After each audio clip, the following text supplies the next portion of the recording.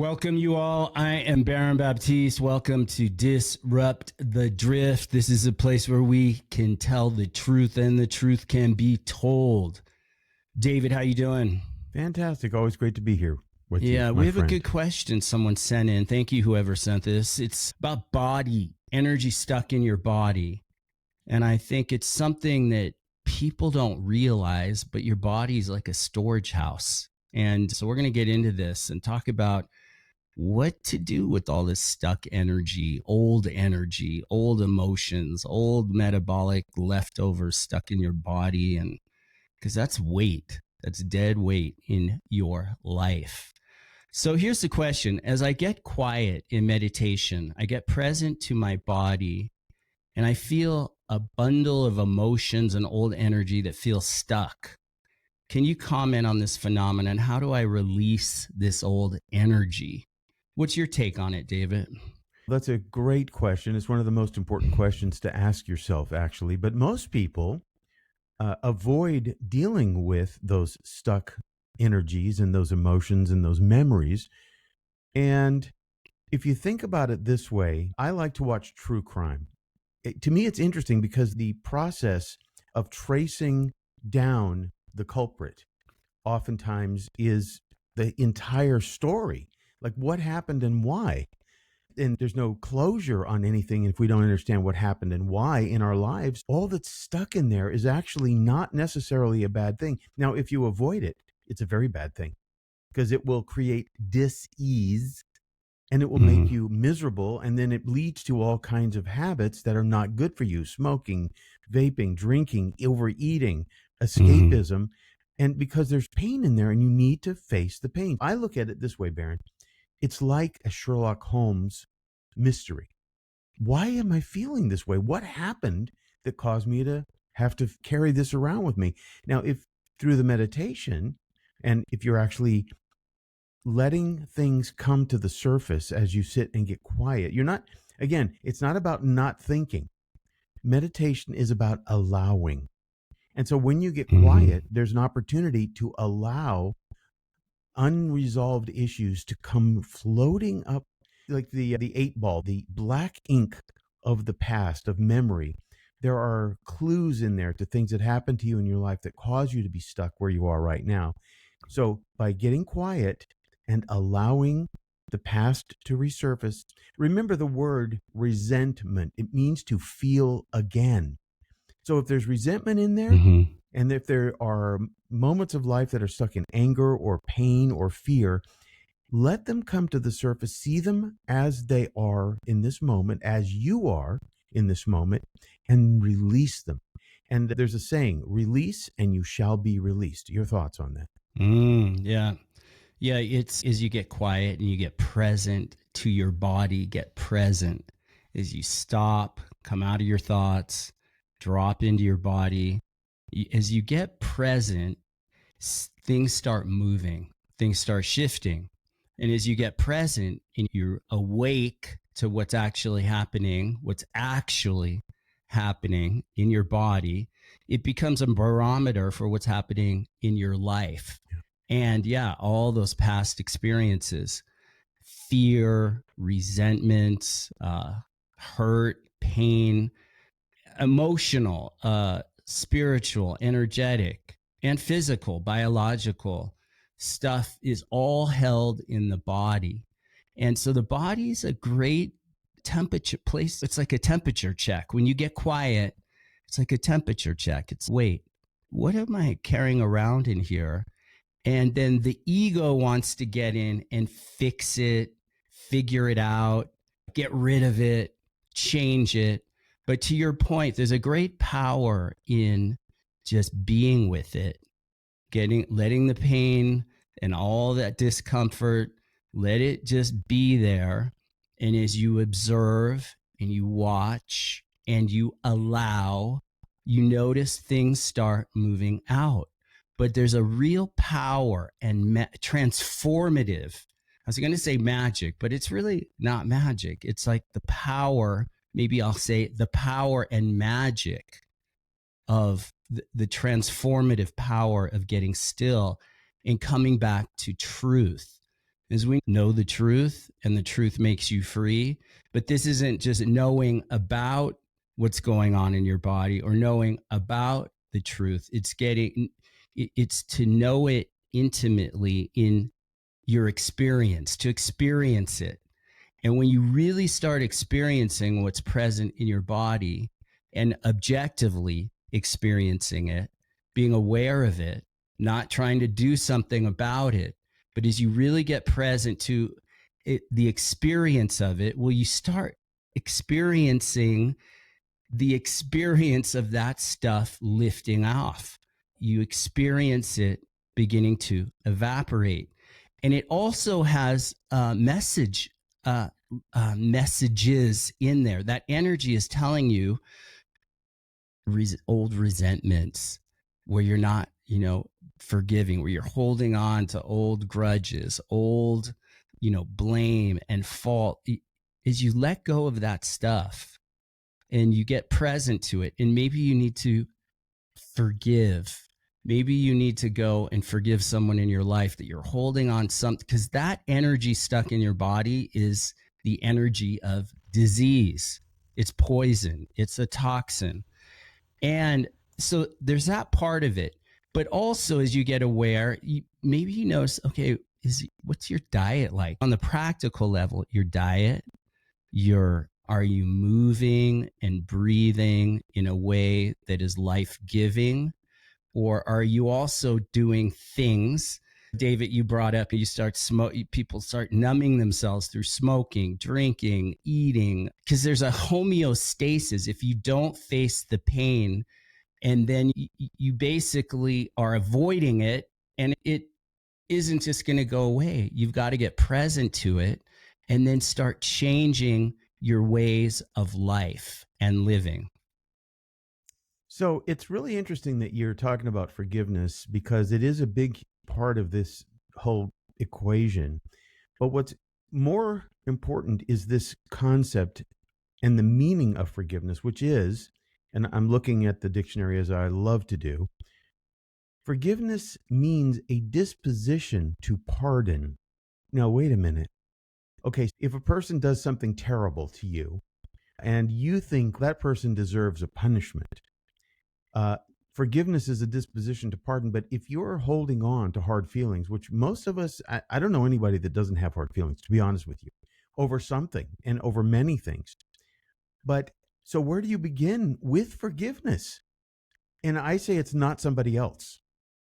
I say the first person that you have to forgive is you.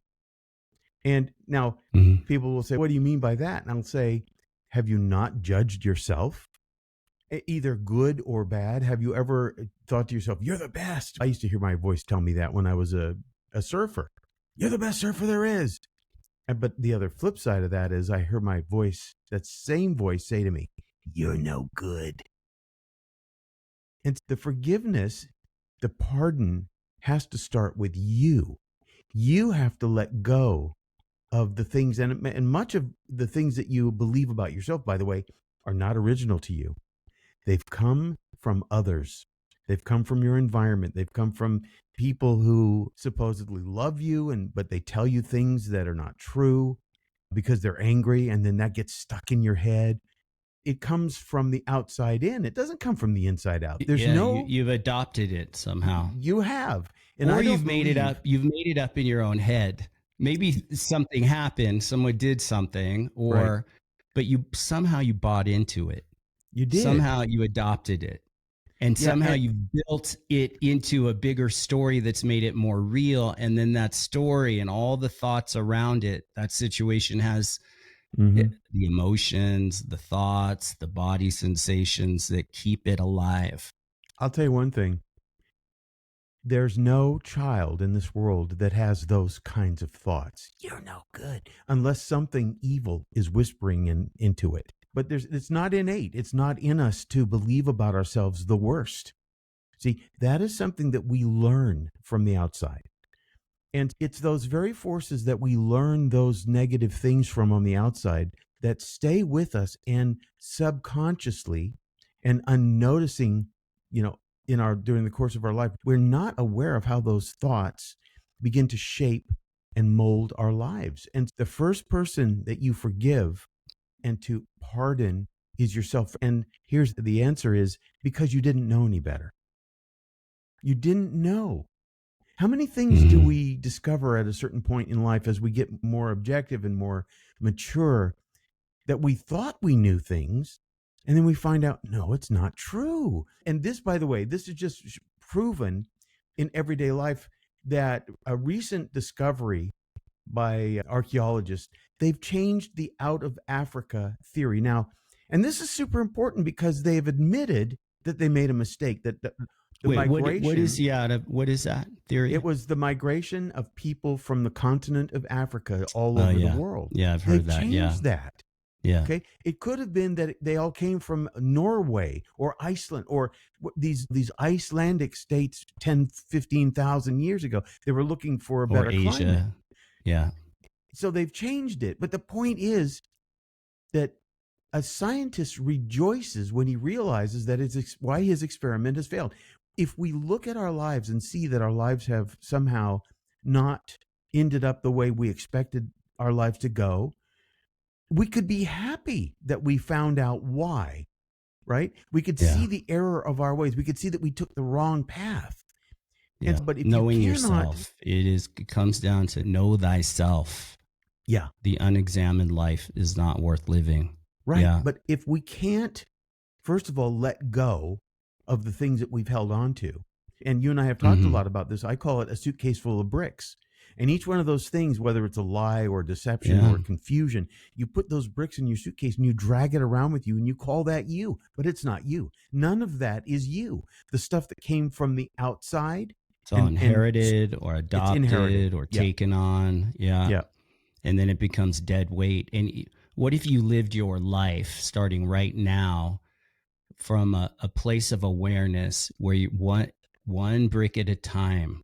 As you wake up and you get quiet, you experience this energy in your body, and you're just curious isn't quite the word, but you're committed to the truth, and you're in wonderment about what is all this stuck energy in my body? What, just in the background, without trying to figure it out, without trying to fix anything, but what is all this energy? And just one brick at it. Oh yeah, that person. Oh yeah, my mom, my dad, my sibling, my boss, my ex, and you just start one brick at a time. And forgiveness. The thing about forgiveness that I've learned is that when you forgive, you're forgiven as well. So you bring up forgiving yourself, there's that. But then when forgiving ourselves, we have to watch out. The ego is so slippery, slimy, sneaky. And it's, oh, okay, Baron, I forgive myself. I can do that. But if it's all inside of that old identity, the not me that's forgiving me, it's like more of the same. But it becomes almost like positive self-talk, right? But it's when you really have in your heart the desire to really change, to really forgive, and you forgive others, that you experience being forgiven. It's like the energy just lifts off. And then you're inside of that as well. The real you gets freed up. And then you see, what am I holding on toward myself? But you step back and you just let that go toward yourself. When you hold something against another, you are also, as you bring up, David, you're holding something against yourself. So you're punishing another, you're blaming another, faulting another, causing somehow you in your mind, in our minds, we're trying to punish another, but you're punishing yourself. And so as you forgive others, you are forgiven. Right. And then it's very natural to be forgiving towards self for your errors, your sins, your bad deeds, things you've done that you shouldn't have done. And you start just letting one brick at a time, just letting things go. What if you lived life from just letting go. Is one of Buddha's precepts, one of the core precepts Buddha taught was the root of all suffering is attachment. And so when we're attached to our old ideas, old opinions about people, that causes suffering. And forgiveness is it's giving forth, giving up, letting go, dropping, and allowing space, freedom. So, And it's coming to truth in yourself. And in that, you discover yourself in a new way, the real you, true you. see, the first truth that you see is not about something else or someone else, believe it or not. The first truth is about yourself. And that truth is the first liberation that you experience in order to be able to go on to pardon or forgive. If you don't begin to do that shadow work, and I don't even know what shadow work is, but I know there's a shadow there. It is the id entity. That's the subconscious. The id is the ego, and that's the entity that lives in you that you call yourself. And it reminds me of a friend. It reminds and we me of a friend of mine. identify ourselves with that id. We do. We think it's us. Yeah. That's yeah. not us. That identity isn't is to us. identify, and you identify with yourself, but it's really a not self. I remember my friend one time, I was going to go surfing with this guy, and I saw him having an argument with his grandfather. His parents had died in a car accident, both of them. So his grandfather took him in, and I saw him being very mean to his grandfather, and a very old man, like 80 or 90 years old.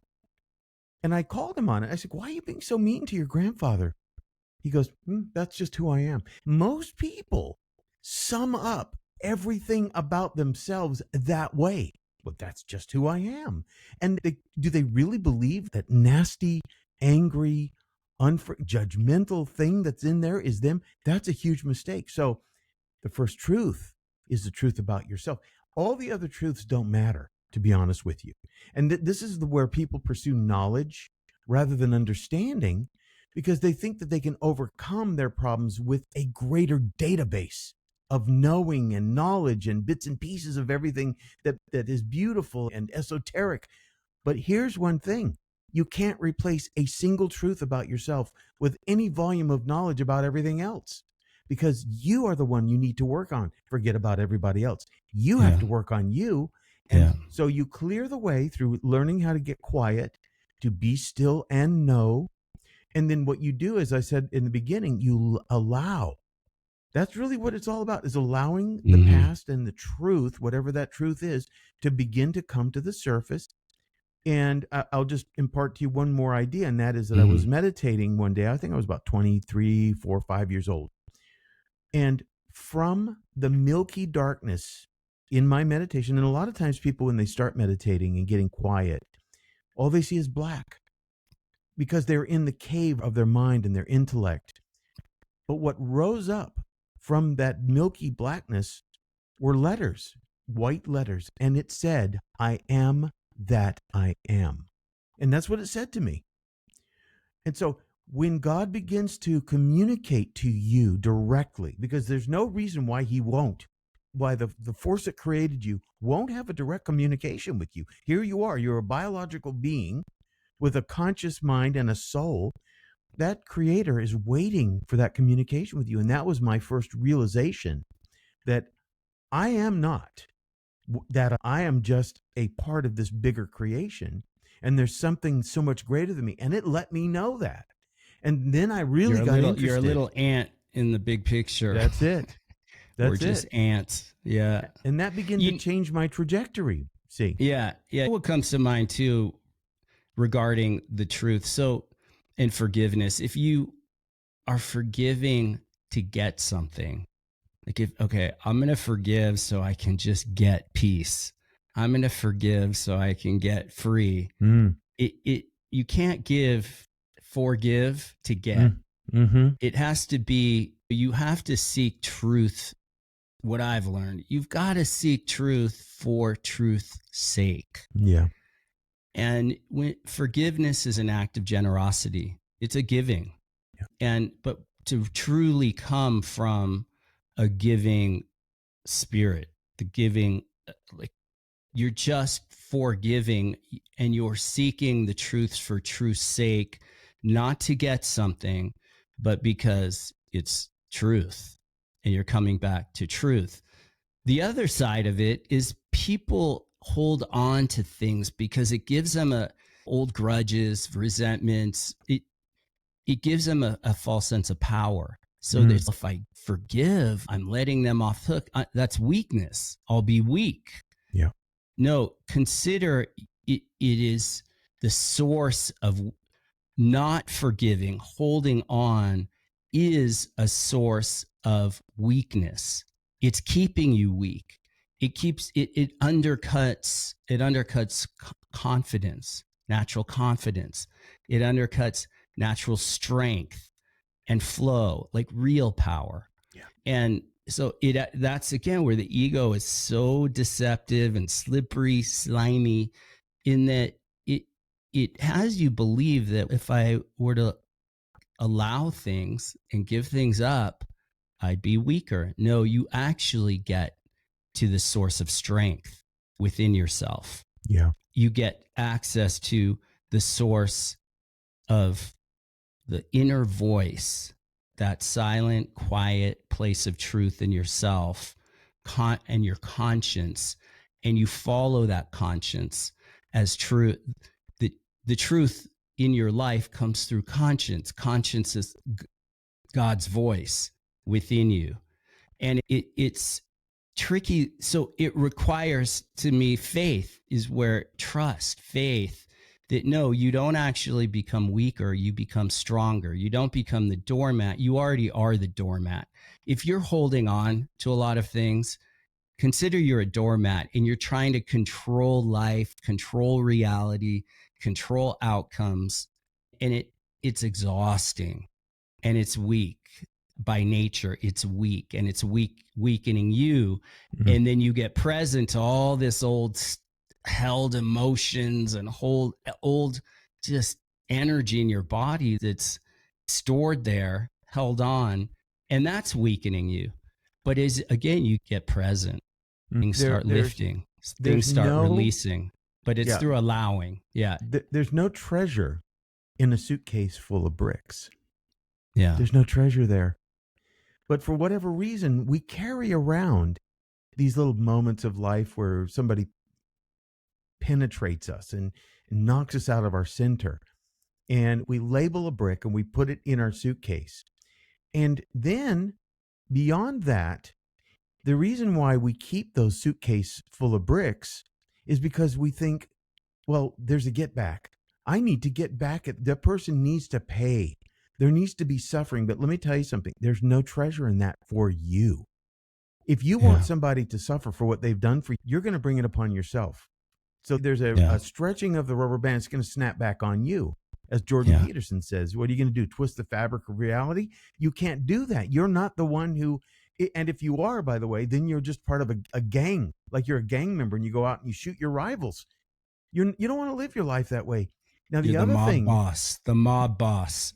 The other thing is killing people off, but you're killing yourself off. Yeah. Forgiveness, also known as being inclined to pardon, means you're giving something up.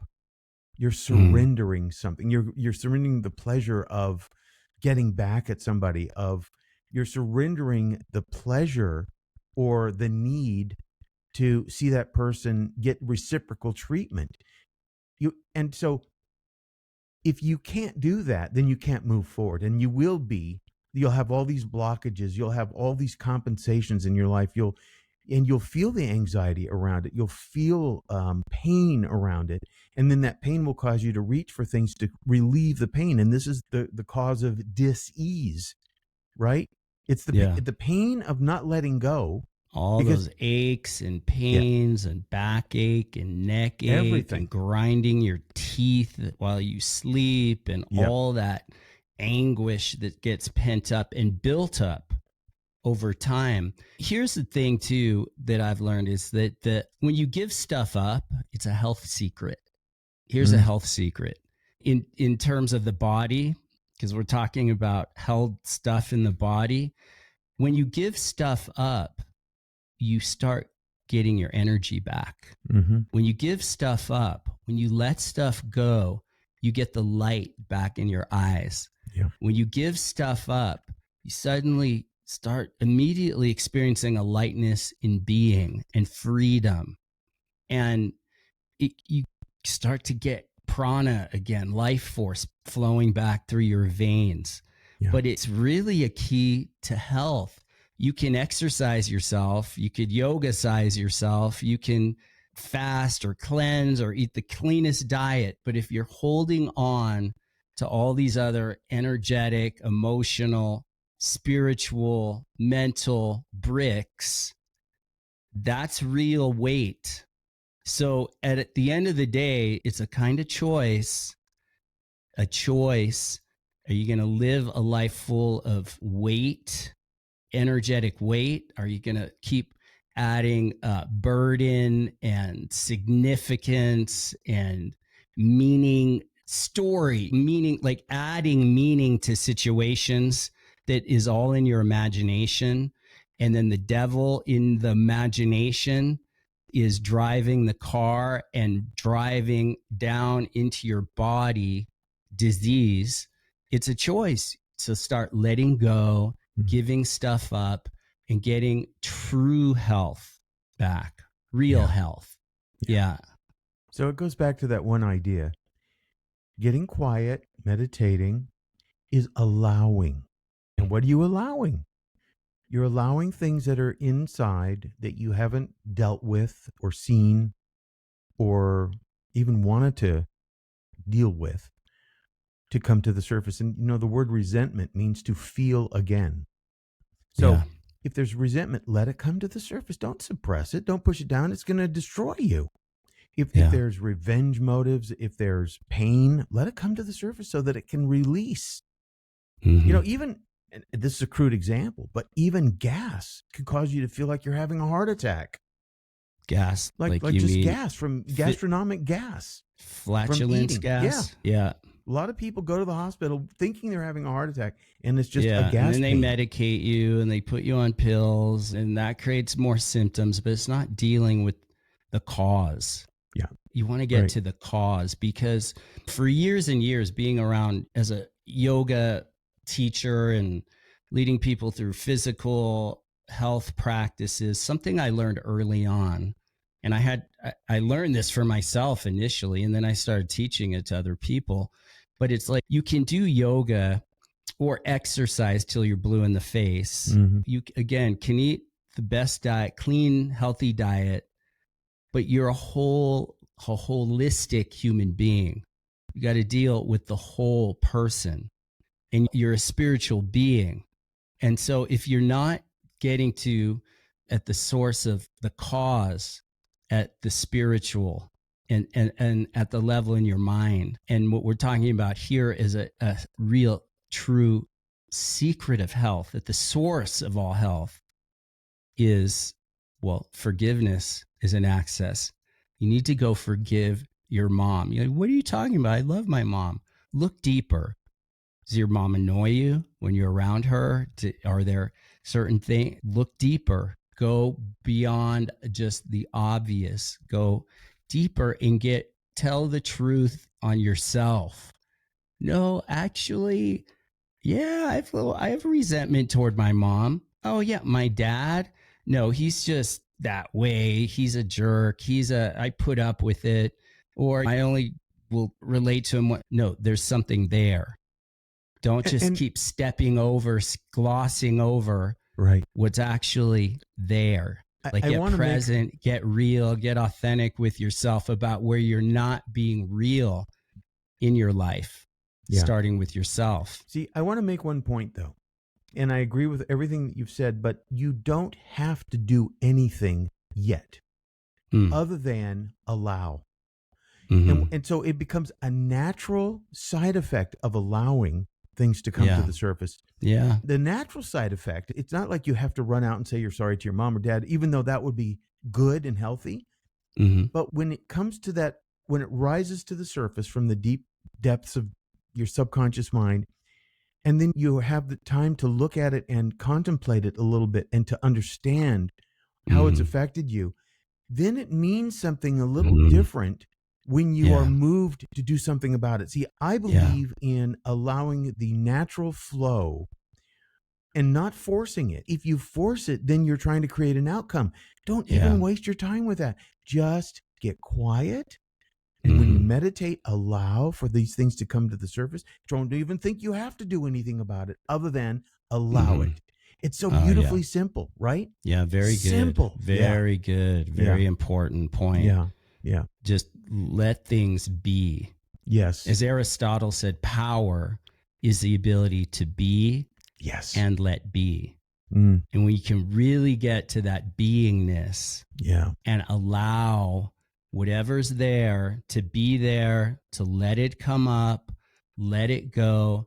But now you're getting access to what's actually really there, what's actually really true within you, good, bad, or ugly. And when you allow for that and you come into the ground of your being and you get a true connection to it. So then if you naturally see or you're guided to go say sorry somewhere, then it'll be real, and it will be from a real place within yourself, and it will actually transform you without you doing anything other than just following that inner voice. That's the answer. That voice of God within you. That's the biggest answer That's there beautiful. is. Yeah. You got it. Yeah. Be beautiful. Yeah. Yeah. Very good. All right. I think this is a good place to wrap up. Yeah. If you want us to comment on your questions, please send them to disruptingthedrift@baronbaptiste.com, disruptingthedrift@baronbaptiste.com. Please, if you're watching on YouTube, leave comments. Please like the video. If you're listening on a audio platform, leave a 5-star review. We grow the show through you. Please share the show is how we grow the show. And the show has been growing, and that's because of you. So thank you. All right. Stay true, stay blessed, and keep disrupting the drift. Till next time, peace be with you. I'm Baron Baptiste, and we're out.